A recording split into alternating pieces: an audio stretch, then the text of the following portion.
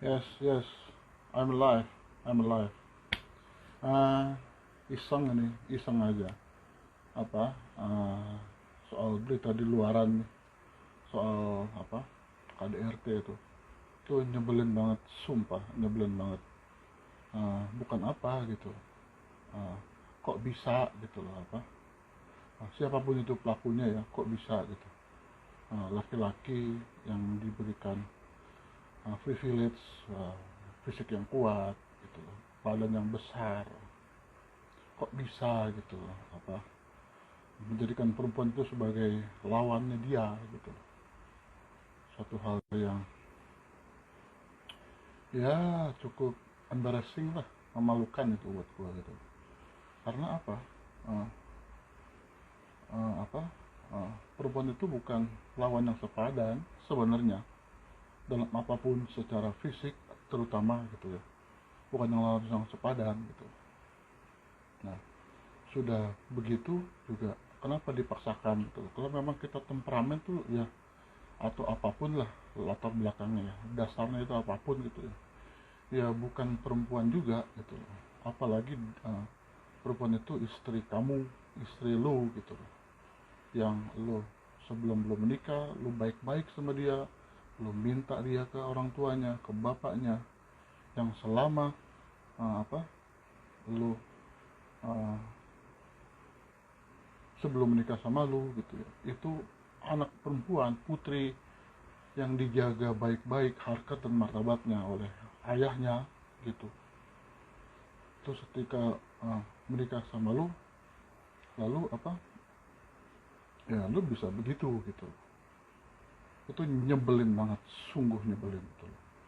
Nah, dalam banyak perspektif gitu ya, tapi menurut aku gini, kalau lu memang punya apa perangai yang temperamen gitu ya, misalnya gitu ya, lu punya banyak cara bisa lu alokasikan, lu pindahkan gitu.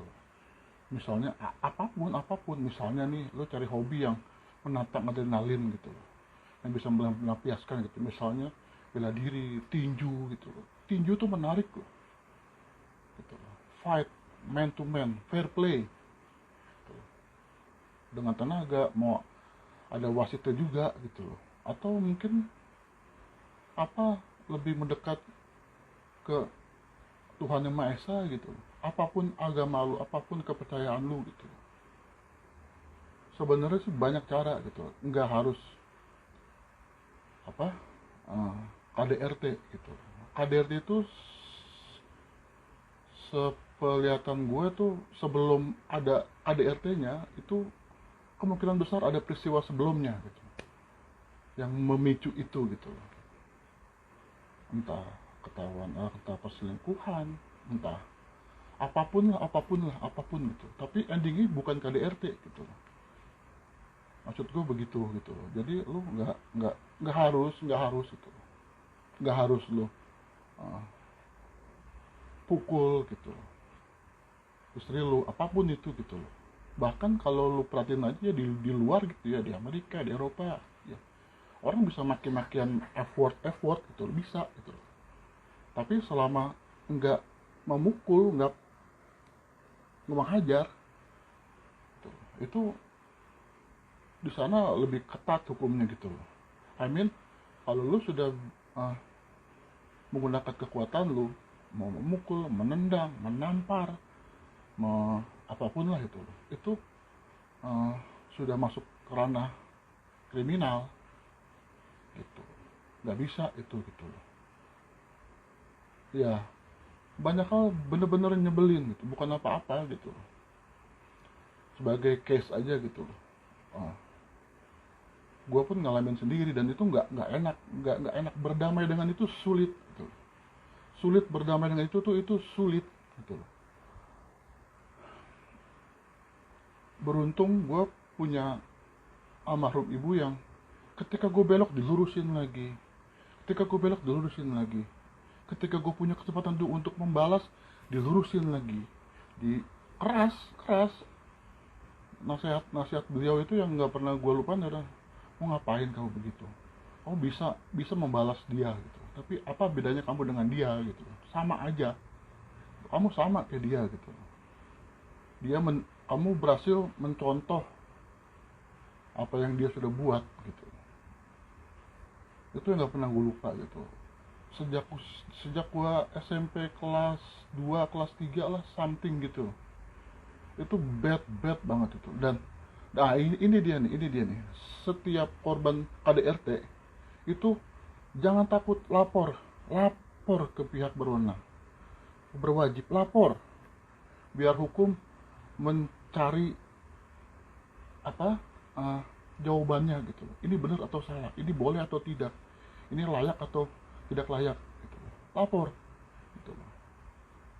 Gue belajar dari case yang gue alamin saat itu, sebenarnya bisa masuk tahanan Polda itu, pelakunya bisa masuk tahanan Polda. Tetapi almarhum ibu gue itu punya pikiran jauh gitu.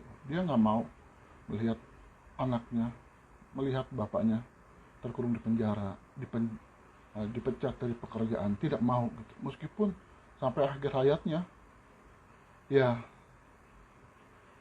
begitu gitu loh. Ya memang setelah peristiwa itu secara fisikly tidak terlihat, tidak ada, tetapi psikis gitu. Gua melihat, gua mendengar, gua merasakan gitu. Dan gua nggak tahu begitu banyak anak-anak di luar itu yang yang yang pernah merasakan itu, dan apakah mereka menemukan orang untuk ngebelokin dia ketika dia meluruskan dia ketika belok lagi gitu loh. Itu traumatik sampai akhir hayat itu gitu loh. Ya kadang-kadang gue juga suka berpikir gini, pelakunya itu apa nggak berpikir ya gitu loh, ketika dia tua itu uh, apa uh, dia kan bisa tua, bisa menjadi lemah, bisa menjadi tak berdaya gitu. Dia nggak pernah berpikir bahwa ketika saat itu orang bisa aja membalas gitu. Tapi sebenarnya sih bukan suatu hal yang harus ditiru gitu ya. It's not good gitu. Jadi buat siapapun korban, mau perempuan, mau laki-laki, either gitu ya, kalau udah terjadi gitu ya, lapor yang berwenang, lapor yang berwajib. Biarkan hukum yang mencari jalannya, benar atau salah, layak atau tidak gitu. Biar semua diuji di sana gitu. Jangan bukan soal jangan takut gitu loh. Itu sudah di luar kekuasaan itu gitu. Pernikahan kalau sudah KDRT itu udah toksik gitu loh.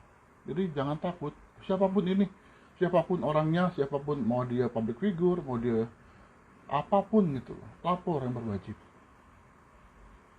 Dan siapapun menjadi korban, kamu tetap semangat gitu. Kamu nggak sendiri. Semoga Tuhan menolong kamu.